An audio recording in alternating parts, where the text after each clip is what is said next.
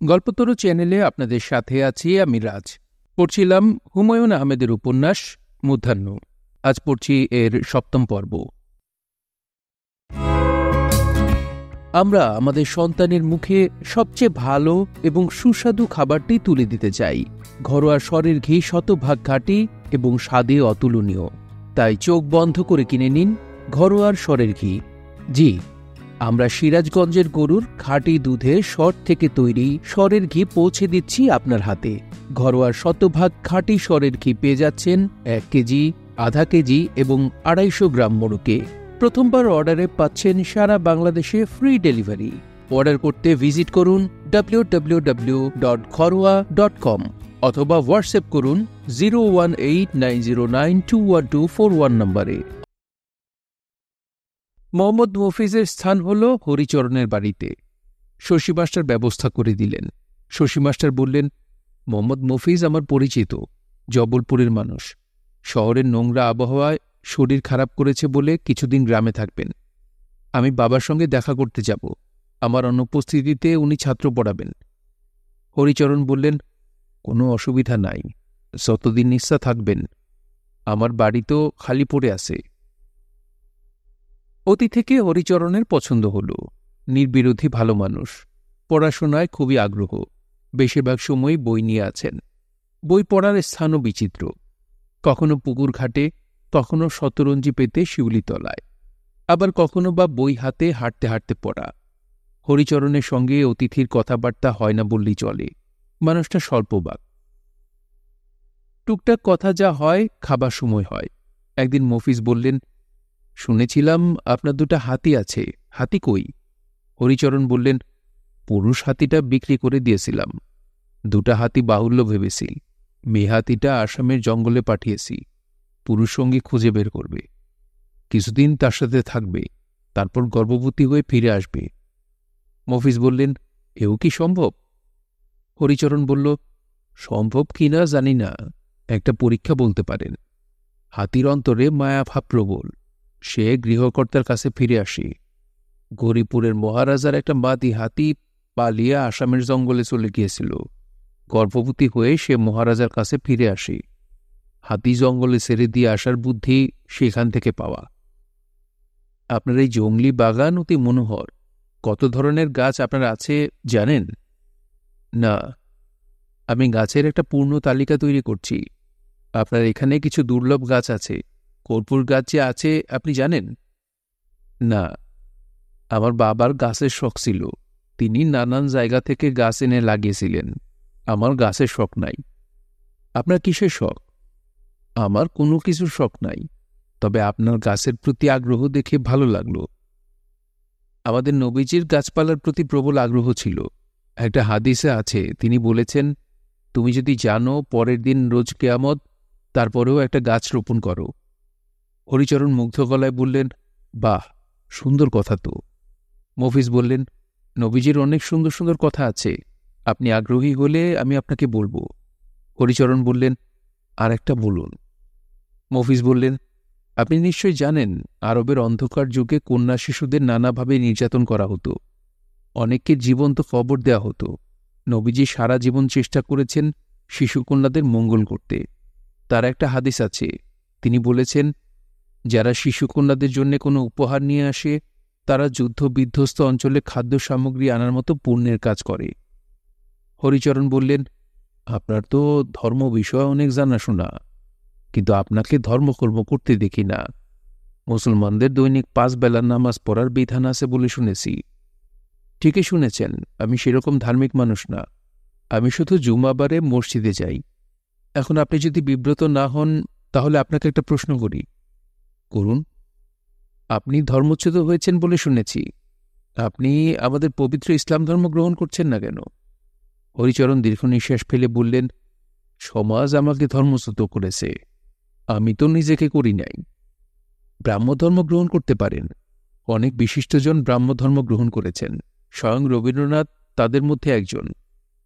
ব্রাহ্মধর্ম বিষয়ে আমি কিছু জানি না। আপনি অনুমতি দিলে এই বিষয়ে আপনাকে কিছু বলবো। ব্রাহ্মধর্মের বিষয়ে আমি জানতে চাই। আমি যা জানি আপনাকে বলবো। এই ধর্মের প্রচলন করেন রাজা রামমোহন রায়। ইসলাম ধর্ম এবং খ্রিস্ট ধর্ম সম্পর্কে ওনার প্রচুর জ্ঞান ছিল। এই ধর্মে প্রভাবিত হয়ে তিনি ব্রাহ্ম ধর্ম শুরু করেন। এই ধর্মের মূল বিষয় একেশ্বরাবাদ। ব্রাহ্মরা মূর্তি পূজার ঘোর বিরোধী। আপনি জনহিতকর কাজ করতে চান এমন শুনেছি, কবিগুরু রবীন্দ্রনাথকে সাহায্য করবেন? হরিচরণ বিস্মিত হয়ে বললেন, তাঁর সাহায্যের প্রয়োজন কি? তিনি বিশ্বভারতী নামের ইউনিভার্সিটি শুরু করেছেন, তার প্রচুর অর্থ প্রয়োজন। আমার মতো অভাজনের অর্থ কি তিনি গ্রহণ করবেন? অবশ্যই করবেন। আমি কি আপনার হয়ে অর্থ প্রেরণের ব্যবস্থা করব? করলে ভালো হয়। হরিচরণ আনন্দিত। এই তরুণের বিভিন্ন বিষয়ের জ্ঞান তাকে মুগ্ধ করেছে। তিনি বিস্মিত। বান্দবপুরের আরও একজনকে মফিজ বিস্মিত করল। তার নাম ইদ্রিস, মসজিদের ইমাম। জুম্মার দিনে নামাজের পরে দুজন বসে থাকেন। ধর্মের নানান খুঁটিনাটি বিষয় নিয়ে আলোচনা হয়। মফিজ ধর্ম নিয়ে, নবীজিকে নিয়ে নানান কথা বলেন। মাওলানা ইদ্রিসের বড় ভালো লাগে। নবীজি কখনো তসবিহ পড়তেন না, হাতের আঙুলে গুনতেন। এই তথ্য মাওলানা ইদ্রিস জানতেন না। নবীজি ঘাড় পর্যন্ত উঁচু একটা লাঠি সবসময় ব্যবহার করতেন। এই তথ্য মাওলানা ইদ্রিসের অজানা। তিনি জানতেন নবী হজরত মুসা আলাইসাল্লামই শুধু লাঠি ব্যবহার করতেন, যে লাঠি মাটিতে ফেললে সাপ হয়ে যেত। জুমাবারে নামাজ পড়ার কারণে মুসলমান সম্প্রদায়ের প্রায় সবার সঙ্গেই মোহাম্মদ মফিজের সখ্য হল। সবচেয়ে বেশি হল ধনুশেখের সঙ্গে। ধনুশেখের বাড়িতে যে কোনো উৎসবে মোহাম্মদ মফিজের ডাক পড়ে। ছেলের খতনা, মেয়ের জন্ম উপলক্ষে আকিকা, অন্য কেউ থাকুক বা না থাকুক, মোহাম্মদ মফিজ আছে। খাওয়া দাওয়া শেষে খাস কামরায় গল্পগুজব। ধনুশেখ পান চাবাতে চাবাতে হুক্কার নল টানতে টানতে দরাজ গলায় বলে, মফিজ ভাই, আমি যে দিল খোলা লোক এইটা বুঝেন তো? পূর্ব পশ্চিম উত্তর দক্ষিণ সব দিক আমার খোলা। মফিজ বলেন, শুধু 4 দিকে কেন, বাকি 6 দিকও আপনার খোলা। বাকি 6 দিক কি? ঈশান, নৈঋত, বায়ু, অগ্নি, ঊর্ধ্ব, অথ। বাহ বাহ, আপনার তো জ্ঞানের সীমা নাই। আমি মূর্খ, মহামূর্খ। তবে এমন মূর্খ যার ধন আছে। শুধু ধন না, বুদ্ধিও আছে। বুদ্ধি বিনা ধন আসে না। মারহাবা, ভালো বলেছেন। এই জন্যেই আপনাকে প্রিয়ার করি। আবার বুদ্ধি কেমন সেই বিষয়ে একটা গল্প শুনবেন? শুনব। ধনুশেখ গলা নামিয়ে বলল, আপনাকে অতি আপনার লোক ভেবে বলতেছি। আর কাউরে এই ঘটনা বলা যাবে না। যৌবন বয়সে এই বুদ্ধি মাথায় আসলো, কোনো হিন্দু মেয়েকে যদি কোনো রকমে পাট খেতে ঢুকায় ফেলা যায়, তার সঙ্গে কুকর্ম করা যায়, সেই কথা প্রকাশ করবে না। প্রকাশ করলে তার জাত যাবে, তার গোষ্ঠীর জাত যাবে। কাজে কুকর্মের কথা কেউ জানবে না। মফিজ বলল, বুদ্ধিমতো কাজ করেছেন? কয়েকবার করেছি। যা ভেবেছিলাম তাই হয়েছে। কেউ মুখ ফুটে কিছু বলে নাই। হিন্দুর কাছে জাত বিরাট জিনিস, ঠিক না? বুঝেছি কাজটা অন্যায়। দুষ্ট বয়সে কিছু অন্যায় সবাই করে, আমিও করেছি। পাপ হয়েছে মানি। সেই পাপ কাটান দেওয়ার ব্যবস্থা নিয়েছি। কি ব্যবস্থা? এই অঞ্চলে মাদ্রাসা দিব। মাদ্রাসায় তালিবুল এলেমরা আল্লাহ খোদার নাম নেবে। তারা যে সোয়াব কামাবে তার একটা অংশ আমি পাব। ভালো বুদ্ধি না? আরও ব্যবস্থা রেখেছি। প্রতি ঈদ উল ফিতরের নামাজের আগে আমি তওবা করি। এতে আগে সব পাপ কাটা যায়। নিষ্পাপ অবস্থায় শুরু হয়। বুদ্ধি ঠিক আছে না? যিনি পাপ পুণ্য দেন তিনি কি আর আপনার কুটুবুদ্ধি বুঝবেন না? তাও ঠিক। তারপরেও চেষ্টা চালায় যাব। কোনো এক ফাঁক দিয়ে বের হয়ে যাব। কোনি জাল ফেলার পরে জাল যখন টানা হয়, তখন দেখা যায় কিছু মাছ ফাঁক দিয়ে আরামসে বের হয়, হয় না? হয়। মাদ্রাসার ব্যাপারে আপনি আমাকে সাহায্য করবেন। টাইটেল পাস মাওলানা রাখব। ছাগল ইদ্রিসকে দিয়ে হবে না। ইদ্রিস মাওলানা মানুষ হিসেবে প্রথম শ্রেণীর। ইদ্রিস মানুষ খারাপ এইটা আমি বলবো না। তবে তার প্রধান দোষ মালাউনের তোয়াজ করা। মালাউনের তোয়াজের কি আছে? মফিজ বললেন, হিন্দুদের প্রতি আপনার এই প্রবল বিদ্বেষের কারণ কি? কারণ একটাই, এরা মুসলমানের মানুষই মনে করে না। মনে করে আমরা কুকুরের অধম। ছোটবেলায় এক মিষ্টির দোকানে ভুলে ঢুকে পড়েছিলাম। মোরা কি করলো শুনেন? দোকানের সব মিষ্টি নিয়ে পুকুরে ফেলল। আবার মারতে মারতে মিষ্টির উপরে ফেলল। কেউ কিছুই বলল না, মুসলমানরাও না। আফসোস কিনা বলেন? অবশ্যই আফসোস। স্বরাজ আসুক, পিটায় লাশ বানাবো। ইংরেজ পুলিশের ভয়ে এখন কিছু করতে পারতেছি না। হিসাব মতো হিন্দুস্তানের মালিক আমরা, দিল্লির সিংহাসন ছিল আমাদের। যদি স্বরাজ হয়, হিন্দুস্তানের নাম বদলায় করব মুসলমানের স্থান। সপ্তাহে একদিন হরিচরণের কাছে কলিকাতা গ্যাজেট নামের পত্রিকাটি আসে। মফিজ পত্রিকাটি অতি আগ্রহের সঙ্গে পড়েন। বিপ্লবীরা কোথায় কি করছে সব খবর পাওয়া যায়। পুলিশের কর্মকাণ্ডের খবরও থাকে। ব্রিটিশ সিংহ কিছুটা নরম হয়েছে, এটা বোঝা যাচ্ছে। প্রথম মহাযুদ্ধ শুরু হয়েছে। ব্রিটিশ সরকারের ভারতবাসীর সমর্থন দরকার। তাদের ভাবভঙ্গি থেকে মনে হচ্ছে তারা যুদ্ধে জিতলে কিছুটা ছাড় দেবে। অনেকেই ব্রিটিশদের কথা বিশ্বাস করতে শুরু করেছেন। কাজী নজরুল ইসলাম তখন শিয়াসোল রাজ হাই স্কুলের ক্লাস 10-এর ছাত্র। তিনি পড়াশোনা বাদ দিয়ে বেঙ্গল রেজিমেন্টে যোগ দিয়ে প্রথম বিশ্বযুদ্ধের সঙ্গে নিজেকে সরাসরি যুক্ত করেন। প্রথম বিশ্বযুদ্ধ বঙ্গদেশের মুসলমানদের জন্য শুভ হয়েছিল। মুসলমানদের বড় অংশ চাষী শ্রেণীর। পাট তাদের প্রধান কৃষিপণ্য। যুদ্ধের কারণে পাটের দাম লাফিয়ে বাড়তে শুরু করে। 5 টাকা মণ থেকে 70 টাকা মণে পৌঁছে যায়। হতদরিদ্র চাষী মুসলমান শ্রেণীর হাতে প্রথম কিছু কাঁচা টাকা চলে আসে। বেশিরভাগই সেই কাঁচা টাকা ব্যয় করে পূর্তির পেছনে। রঙিলা বাড়ি ঝলমল করতে থাকে। ঘাটুল গান এবং যাত্রা গানের জোয়ার শুরু হয়। চাষী মুসলমান শ্রেণীর একটা ক্ষুদ্র অংশ কাঁচা টাকা ব্যয় করেন সন্তানদের পড়াশোনার পেছনে। বেশ কিছু মুসলমান ছাত্র প্রথমবারের মতো স্কুলে ভর্তি হল। কলকাতায় Begum Rokeya Sakhawat Memorial girls school যাত্রা শুরু করে। যাত্রা শুরু হয়েছিল 11 জন ছাত্রী নিয়ে। তার ছাত্রী সংখ্যা বেড়ে হল 70, বেশিরভাগই মুসলমান ছাত্রী। হরিচরণ রবীন্দ্রনাথের কাছ থেকে একটা চিঠি পেয়েছেন। মোটা হলুদ কাগজে টানা লেখা, শেষে নাম সই করা শ্রী রবীন্দ্রনাথ ঠাকুর। চিঠিতে লেখা, শ্রী হরিচরণ সাহা, প্রীতিভাজন ইস্যু। বিনয় সম্ভাষণপূর্বক নিবেদন, আপনার প্রেরিত অর্থ পাইয়াছি। এই অর্থ গ্রীষ্মের তাপদাহে শীতল জলধারার মতো বোধ হইয়াছে। আপনার কল্যাণ হোক। ইতি শ্রী রবীন্দ্রনাথ ঠাকুর, শান্তিনিকেতন। হরিচরণ এই চিঠির দীর্ঘ সময় কপালে ছুঁয়ে রাখলেন। তারপরেও মনে হল চিঠির যথাযোগ্য সম্মান করা হল না। রবীন্দ্রনাথের চিঠি হরিচরণকে আনন্দিত করেছে। একই সঙ্গে অন্য আরেকটি চিঠি তাকে মহাবিব্রত করল। সেই চিঠি পত্রবাহক মারফত হাতে হাতে পাঠিয়েছেন মণিশঙ্কর দেওয়ান। সেই চিঠিতে লেখা, আমি মহাবিপদে পড়িয়া আপনার শরণাপন্ন হইলাম।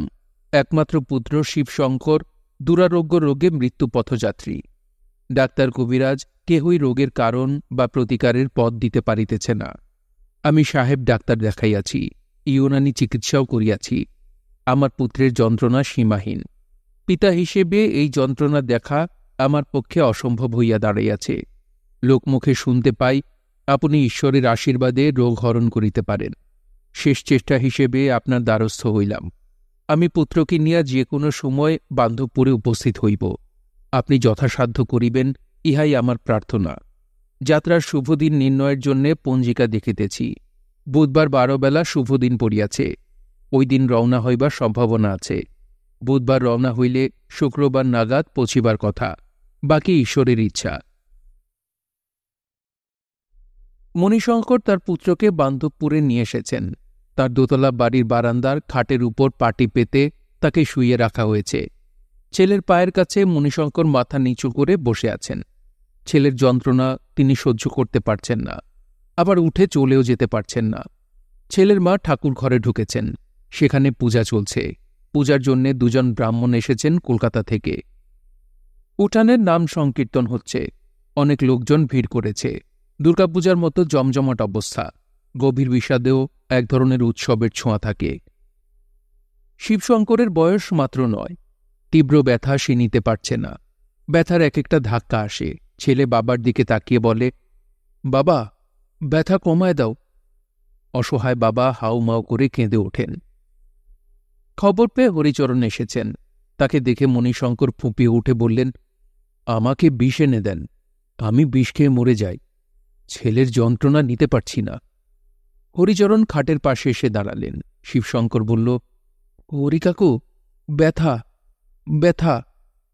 হরিচরণ বললেন, বাবা, কোথায় ব্যথা? শিবশঙ্কর তার পেটের দিকে ইশারা করল। হরিচরণ হাঁটু গেড়ে ছেলের পাশে বসলেন। তার পেটে হাত রেখে চোখ বন্ধ করলেন। মনে মনে ডাকলেন, হে পরম পিতা, হে দয়াময়, তোমার সৃষ্ট এই ক্ষুদ্র প্রাণের প্রতি তুমি দয়া করো।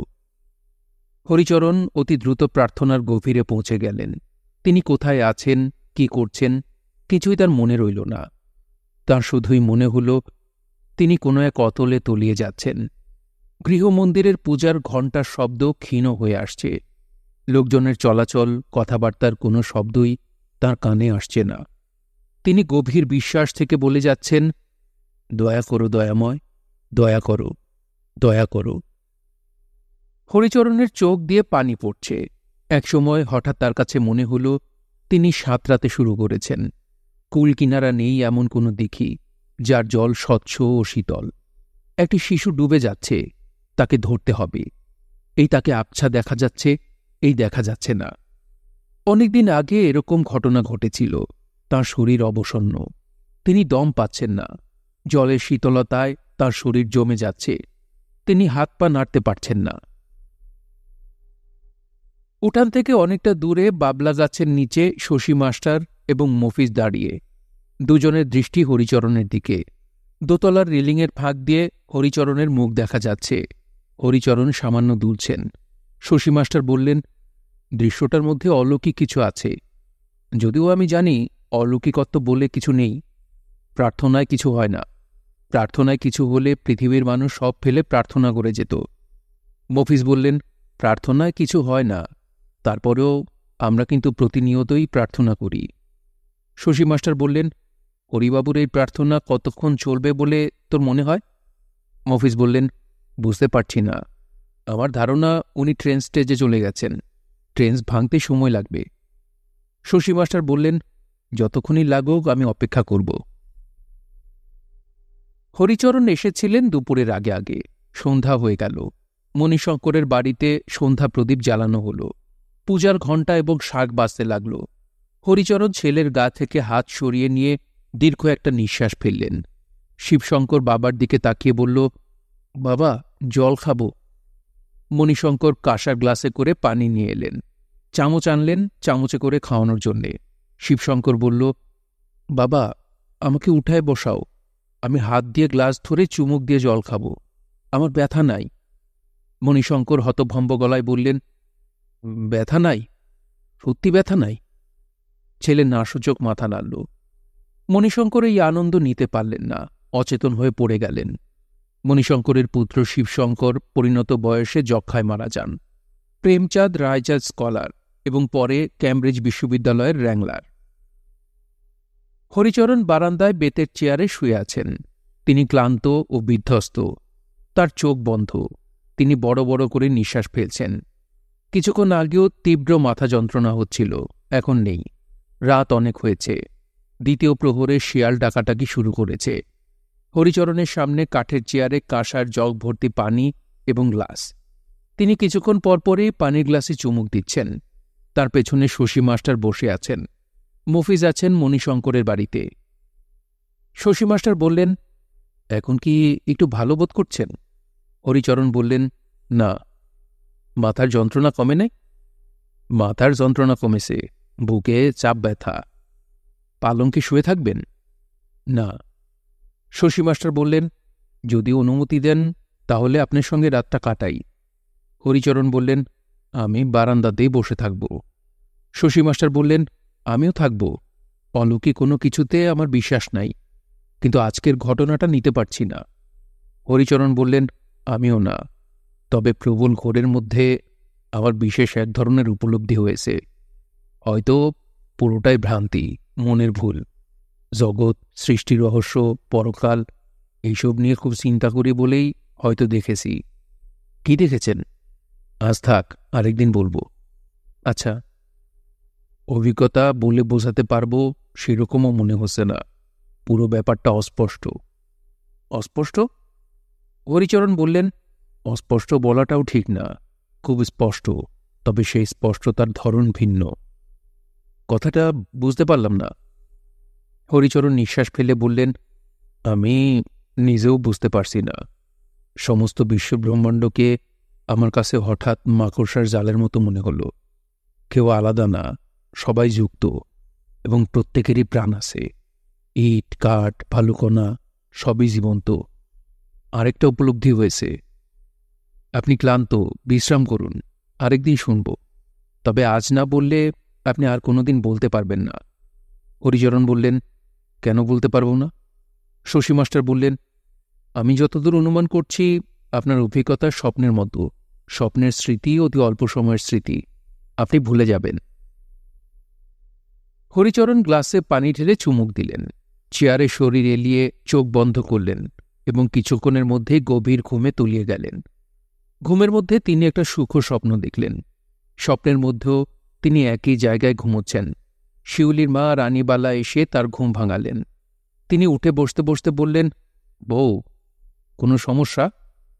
রানীবালা বললেন, আপনার কন্যার বিবাহ, আর আপনি এখানে শুয়ে আছেন। শিউলির বিবাহ? কিছুক্ষণের মধ্যে কন্যা সম্প্রদান হবে। নিন, গরদের চাদরটা গায়ে দিন। তিনি অতি ব্যস্ত ভঙ্গিতে চাদর গায়ে দিতেই দৃশ্য বদলে গেল। তিনি দেখলেন বিয়ের আসরে পুরুতের পাশে তিনি দাঁড়িয়ে, তার সামনেই তার বাবা প্রিয়নাথ। হরিচরণ বিস্মিত হয়ে বললেন, বাবা, তুমি এসেছ? প্রিয়নাথ বিরক্ত হয়ে বললেন, আমি আসব না কিভাবে ভাবলি? তুই ছেলেবেলায় যেরকম গর্ধব ছিলি, এখনো তো গর্ধবই আসিস। উন্নতি কিছুই তো হয় নাই। বাবা, মা কি এসেছে? তাকে ছাড়া আমি আসব এটা ভাবলি কিভাবে? সবাইকে নিয়ে এসেছি, কেউ বাদ নাই। শুধু আমার মেজদা আসেননি। উনি আসেননি কেন? মেজদা সন্ন্যাস নিয়ে কোথায় যে চলে গেল, অনেক সন্ধান করেও খোঁজ পায়নি। হরিচরণ অবাক হয়ে এদিক ওদিক তাকালেন। বাড়ি গমগম করছে, মৃত জীবিত সবাই উপস্থিত। প্রিয়নাথ ধমক দিলেন, করে দেখছিস কি? সবাইকে প্রণাম কর, কেউ যেন বাদ না থাকে। নারায়ণ নারায়ণ। হরিচরণের স্বপ্নভঙ্গ হল নারায়ণ নারায়ণ শব্দে। খাটে শুয়ে আছেন। ঘুমের মধ্যেই কেউ তাকে ধরাধরি করে খাটে শুইয়ে দিয়েছে। এশার নামাজ শেষ করে মাওলানা ইদ্রিস মণিশঙ্কর বাবুর ছেলের খোঁজ নিতে গেলেন। ছেলে ভালো আছে, আরাম করে ঘুমাচ্ছে। সারাদিন কিছু খায়নি। ঘুমানোর আগে এক বাটি দুধ খেয়েছে। মাওলানা বললেন, শুকুর আলহামদুলিল্লাহ। মণিশঙ্কর এখনও স্বাভাবিক হতে পারেননি। কিছুক্ষণ পরপর ছটফট করে উঠেন। এদিক ওদিক তাকিয়ে বিড়বিড় করে বললেন, আমি নিশ্চয়ই কোনো না কোনো দিন এক পুণ্য করেছিলাম। সেই মহাপুণ্যটা কি? তোমরা কেউ আমাকে বলবে কি সেই মহাপুণ্য? মুসলমান সম্প্রদায়ের অনেকে এসেছেন। তারা উঠোনের এক কোণায় গোল হয়ে বসা। তাদের মধ্যমণি সুলেমান। এক সন্ধ্যায় সে হরিচরণের বাড়ির দিঘির ঘাটে কি দেখেছিল সেই গল্প নিচু গলায় বলছে। চোখ বড় বড় করে সবাই শুনছে। শ্রোতাদের মধ্যে কাউকেই শূন্যে ভাষার বিষয়টির অস্বাভাবিকতা স্পর্শ করছে না। মোহাম্মদ মফিজ বললেন, আপনি নিজে দেখেছেন? সুলেমান বলল, অবশ্যই। আমি যদি মিথ্যা বলি আমার মাথায় যেন ঠাডা পড়ে। মালানা সাহেবও তার বিষয়ে একটা জিনিস দেখেছেন, তারে জিজ্ঞাসা করতে পারেন। মালানা, ঘটনাটা বলেন। মালানা আসর ছেড়ে উঠে পড়লেন। তার প্রচণ্ড খিদে লেগেছে। বাড়িতে যাবেন, রান্না করবেন, তারপর খাওয়া। ইদানিং রাতের খাওয়া তাকে কষ্ট দিচ্ছে।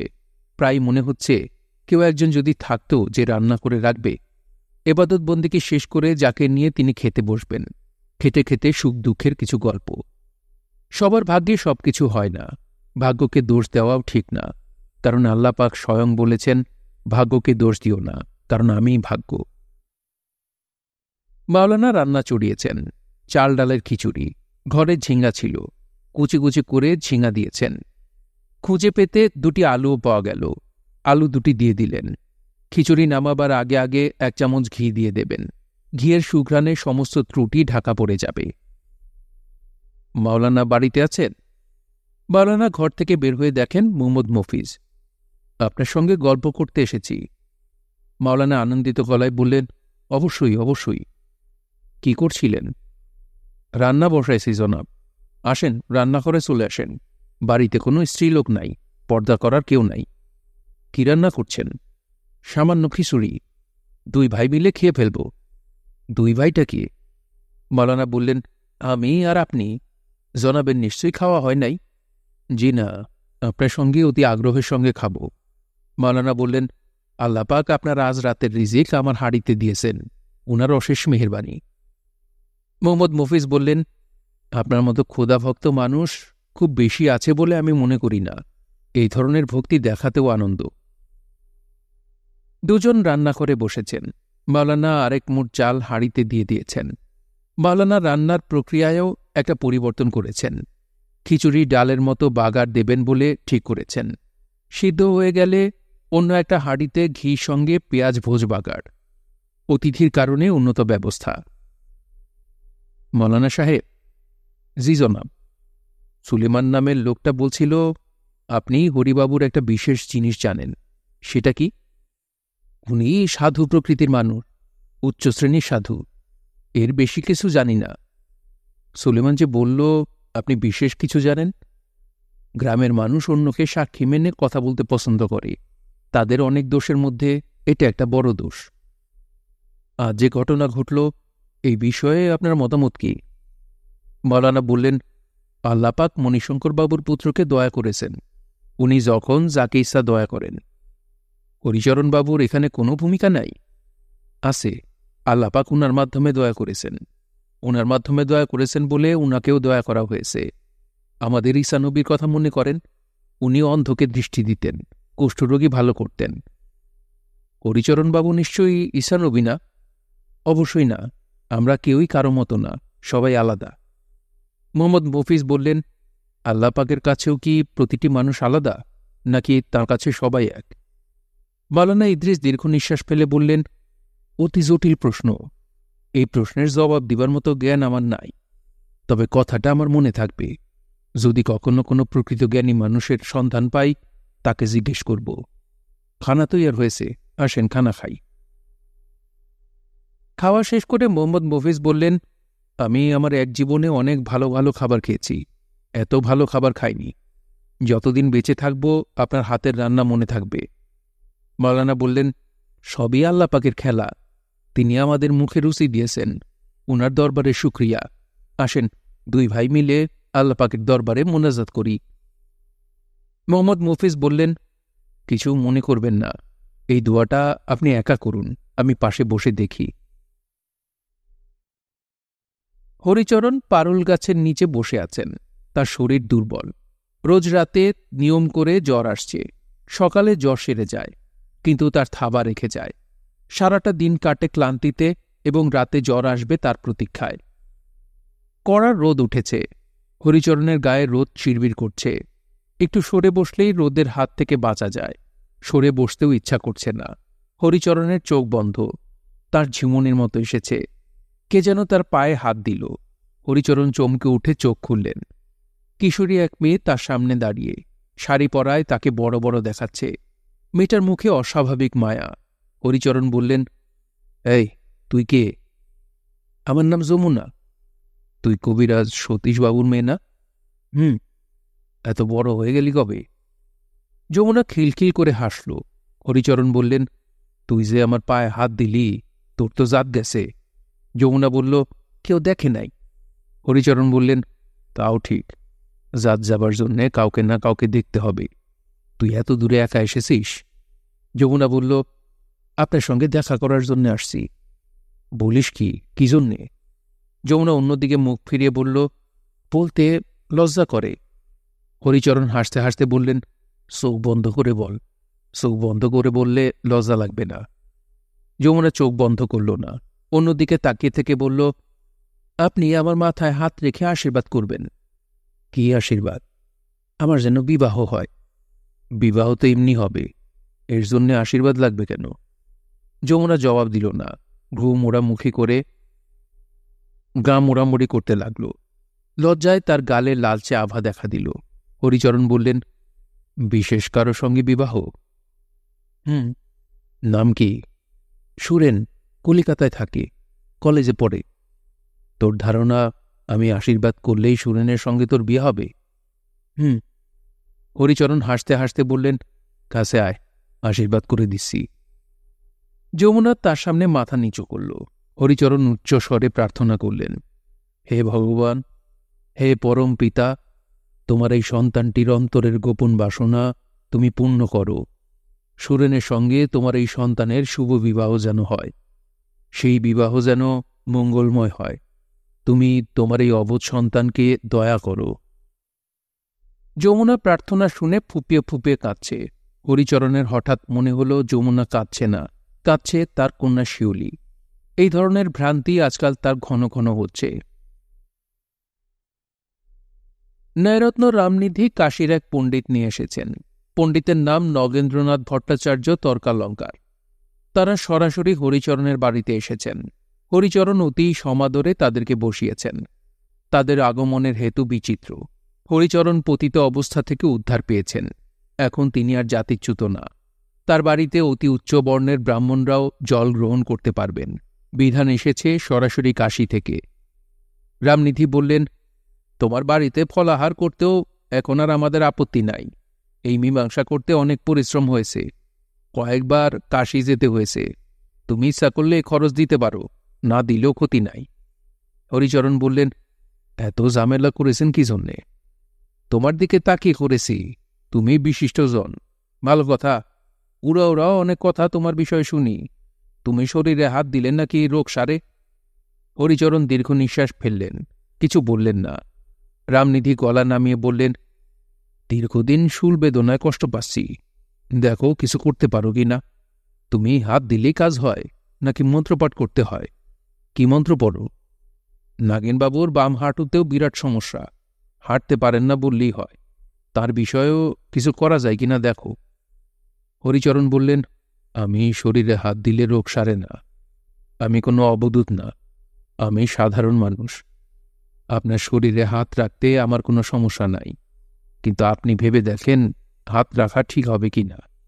আমার এই বাড়িতে একজন মুসলমান শিক্ষক থাকেন, তার নাম মোহাম্মদ মফিজ। রামনিধি এবং তর্কালঙ্কার মুখ চাওয়াচাই করলেন। হরিচরণ বললেন, তার সে বড় সমস্যা, এক ডোমের মেয়ে আমাকে বাবা ডাকে, সে মাঝে মাঝে এসে ঘরদুয়ার পরিষ্কার করে। রামনিধি বললেন, সর্বনাশ, আগে বলবা না? তুমি দেখি আমাদের নরকবাসী করার বুদ্ধি করেছ। রাম রাম। হরিচরণ বললেন, ডোমকন্যাদের সঙ্গে যৌনকর্মে বর্ণ হিন্দু সমস্যা নাই, এতে তাদের জাত যায় না। কিন্তু এরা বর্ণ হিন্দুর বাড়িতে এসে ঘর ঝাড় দিলে জাত যায়, এটা কেমন কথা? তোমার সঙ্গে শাস্ত্র আলোচনার জন্য আমি আসি নাই। শাস্ত্র বোঝার মতো জ্ঞান বুদ্ধি তোমার হয় নাই। আমরা উঠলাম, আজকাল হারি ডোম মেতন নিয়ে আসো, আমাদের জানা ছিল না।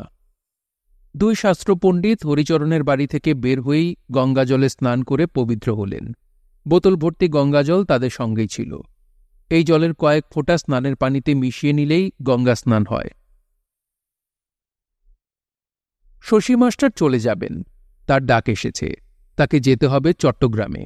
সূর্যসেন নামের একজনের সঙ্গে দেখা করতে হবে, যাকে সবাই চেনেন মাস্টারদা নামে। হরিচরণকে বললেন, মা শরীর ভালো না, উনি আমাকে ক্ষমা করে কাছে ডেকেছেন। হরিচরণ বললেন, অতীব আনন্দ সংবাদ। রওনা হবার আগে আগে শশী মাস্টার হরিচরণের পা ছুঁয়ে প্রণাম করলেন। হরিচরণ আতকে উঠে বললেন, করো কি, তুমি ব্রাহ্মণ। শশী মাস্টার বললেন, আপনার চেয়ে বড় ব্রাহ্মণ তো আপাতত চোখে পড়ছে না। তোমার পিতামাতাকে আমার প্রণাম দিও। তুমি কি এখনই রওনা দিচ্ছ? শশী মাস্টার বললেন, আমি রাতে যাব, সন্ধ্যাবেলায় এক জায়গায় যাব, একজনের সঙ্গে দেখা করব, তাকে একটা জিনিস দেব। তার নাম যদি জানতে চান বলতে পারি। হরিচরণ বললেন, নাম বলার প্রয়োজন নাই।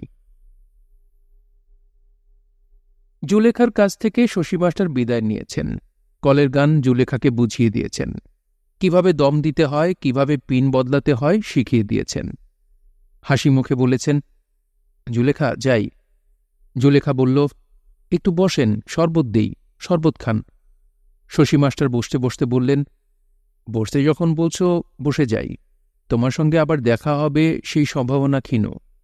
জুলেখা বলল, রাতটা থাকেন, আরাম করে ঘুমান, আমি সারা রাত আপনার পায়ে হাত বুলাই দিব। সেবা নেওয়ার অভ্যাস আমার নাই জুলেখা। জুলেখা বলল, মানুষ মানুষের সেবা নেয়, পশু পশু সেবা নিতে পারে না। সেবার প্রয়োজন নাই, একটা গান শোনাও। তুমি কি রবি ঠাকুরের কোনো গান কখনো শুনেছ? না, ওনার গান সম্পূর্ণ অন্য ধারার, শুনলে তোমার ভালো লাগত। আমার গলায় সুর নাই, তারপরেও শুনো। মাঝে মাঝে তব দেখা পাই, চিরদিন কেন পাই না। কেন মেঘ আসে হৃদয় ও আকাশে, তোমারে দেখিতে দেয় না। ক্ষণিক আলোকে আখির পলকে তোমায় যবে পাই দেখিতে, হারাই হারাই সদা হয় ভয়, হারাইয়া ফেলি চকিতে। জুলেখা বলল, আপনাকে একটা অদ্ভুত কথা বলবো। কথাটা শোনার পর আপনি আমাকে খুব খারাপ ভাববেন, তারপরেও বলবো। বলো। আমার মনে হয় আমার অনেক ভাগ্য যে রঙিলা বাড়িতে আমার স্থান হয়েছে। বলো কি? জুলেখা চাপা গলায় বলল, এইখানে আসি বইলাই আপনার মতো মানুষের সাথে পরিচয় হয়েছে। গান আমার অন্তরের জিনিস, গান গাইতে পারতেছি, শিখতেছি। শশী মাস্টার বললেন, অতি কুৎসিত জীবনের বিনিময়ে যেটা পাচ্ছ সেটা কি অতি তুচ্ছ না? জুলেখা বলল, আমার কাছে না। শশী মাস্টার বললেন, তুচ্ছ না তাহলে কাঁদছ কেন? জুলেখা বলল, আপনার আর দেখব না, এই দুঃখে কাঁদতেছি। রবিবাবুর আরেকটা গান করেন, আমি গলায় তুলব। শশী মাস্টার দীর্ঘ নিঃশ্বাস ফেলে গান ধরলেন। চরণ ধরিতে দিও গো আমারে, নিও না সরায়ে, জীবন মরণ সুখ দুঃখ দিয়ে বক্ষে ধরিব জড়ায়ে। স্খলিত শিথিল কামনার ভার, বহিয়া বহিয়া ফিরি কত আর, নিজ হাতে তুমি গেথে নিও হার, ফেলো না আমারে ছড়ায়ে। চিরপিপাসিত বাসনা বেদনা, বাঁচাও তাহারে মরিয়া, শেষ জয়ে যেন হয় সে বিজয়ী, তোমারই কাছেতে হারিয়া। শশী মাস্টার মাস্টারদা সূর্য সেনের নেতৃত্বে চট্টগ্রাম অস্ত্রাগার লুণ্ঠনের সময় পুলিশের গুলিতে মারা যান। তারিখ 18 এপ্রিল 1930 সাল। অসীম সাহসী মাস্টারদা সূর্য সেনের কারণে 48 ঘণ্টা চট্টগ্রাম শহর ছিল স্বাধীন শহর, ব্রিটিশ শাসনের আওতার বাইরের এক নগরী। মাস্টারদা ধরা পড়েন অস্ত্রাগার লুণ্ঠনের 3 বছর পরে। তারই জ্ঞাতি ভাই নেত্রসেন তাকে ধরিয়ে দেন। চট্টগ্রাম জেলে বাংলার বীর সন্তান সূর্য সেনকে ফাঁসিতে ঝুলানো হয়। চৈত্র মাসের শেষ দিকের কথা। কিছুক্ষণ আগে সন্ধ্যা মিলিয়েছে। হরিচরণের শরীর খারাপ করেছে, তার প্রবল শ্বাসকষ্ট হচ্ছে। শরীর খারাপের কারণ আধিভৌতিক। সন্ধ্যাবেলায় তিনি ঘাটে বসেছিলেন। আকাশে ঘন মেঘ থাকায় আগেভাগে অন্ধকার নেমেছে। দিঘির ডান পাশে জোনাকি পোকার বড় একটা ঝাঁক বের হয়েছে।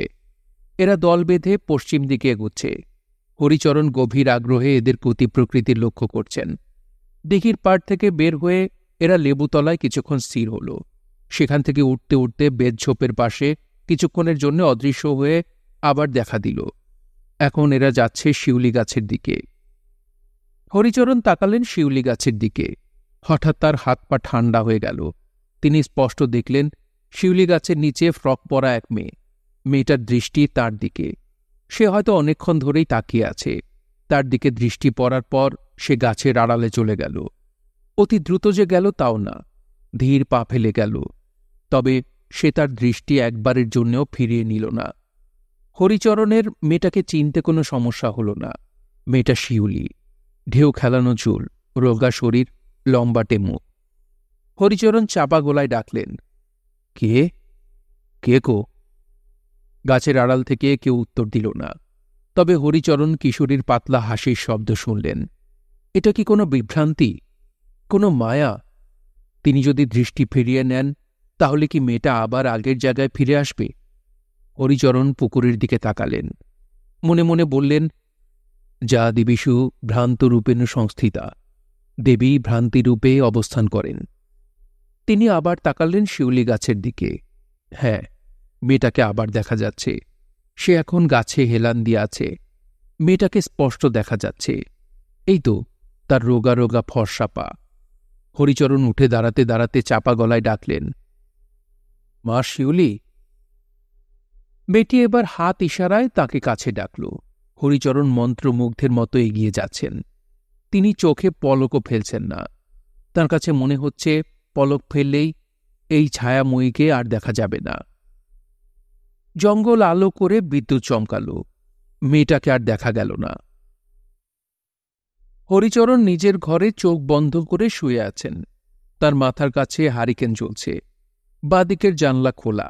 খোলা জানলায় বৃষ্টির ছাঁট আসছে। ঠান্ডা হাওয়া দিচ্ছে। হরিচরণ মাঝে মাঝে সামান্য কাঁপছেন। তিনি বুকে ব্যথা নিয়ে শুয়েছিলেন, সেই ব্যথা বাড়ছে। তার কপালে বিন্দু বিন্দু ঘাম। হারিকেন হাতে মফিজ ঢুকলেন। চিন্তিত গলায় বললেন, আপনার শরীর কি খারাপ করেছে? হরিচরণ বললেন, একটা কাগজ কলম নিয়ে আমার পাশে বসো, কিছু কাজ আছে। আপনার কি শরীরটা খারাপ করেছে? হুম। ডাক্তার খবর দিই? ডাক্তার কবিরাজ পরে খবর দিবে, আগে কাগজ কলম নিয়ে বসো।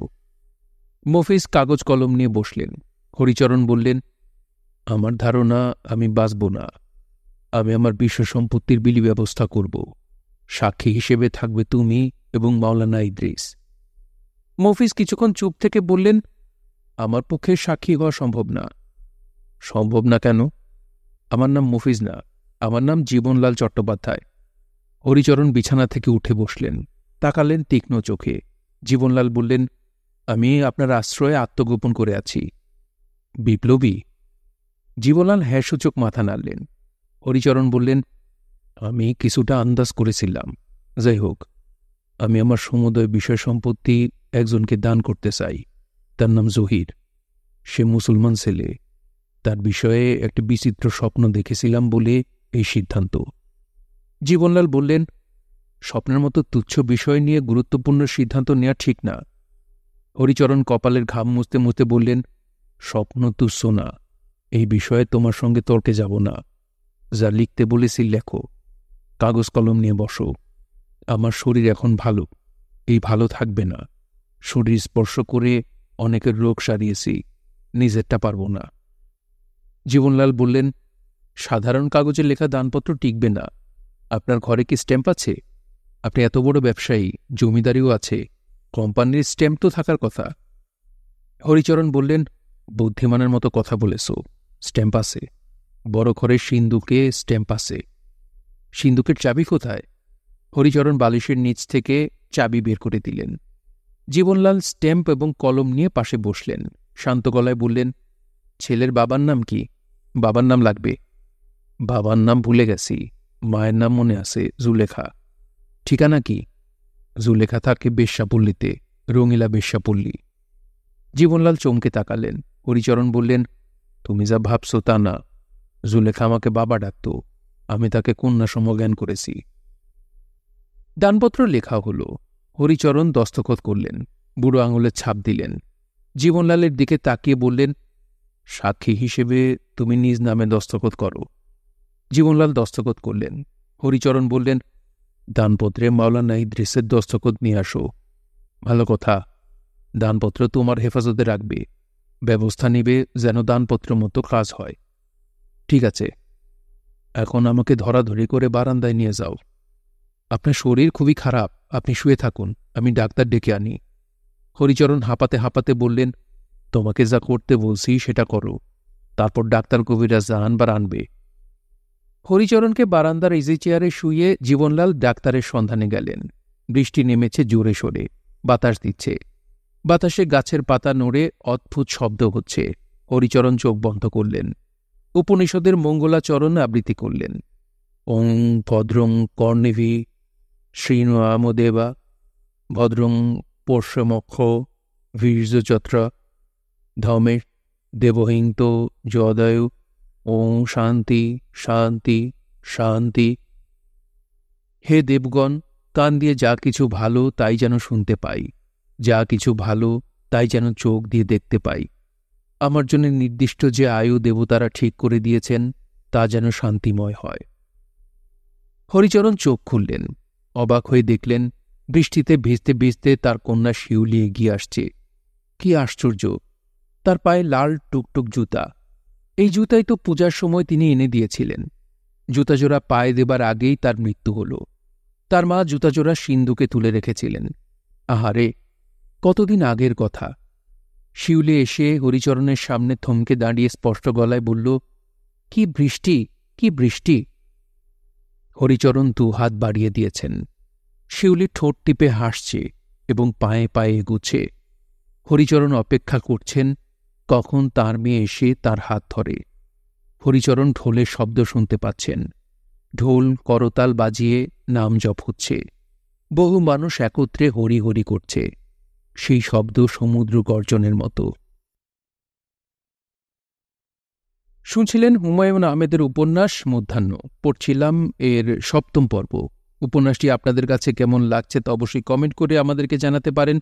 ভালো লাগলে একটি লাইক করবেন, চাইলে শেয়ার করে অন্যকে শোনার সুযোগ করে দিতে পারেন। সবাই ভালো থাকবেন, সুস্থ থাকবেন এবং গল্পতরুর সঙ্গেই থাকবেন। ধন্যবাদ।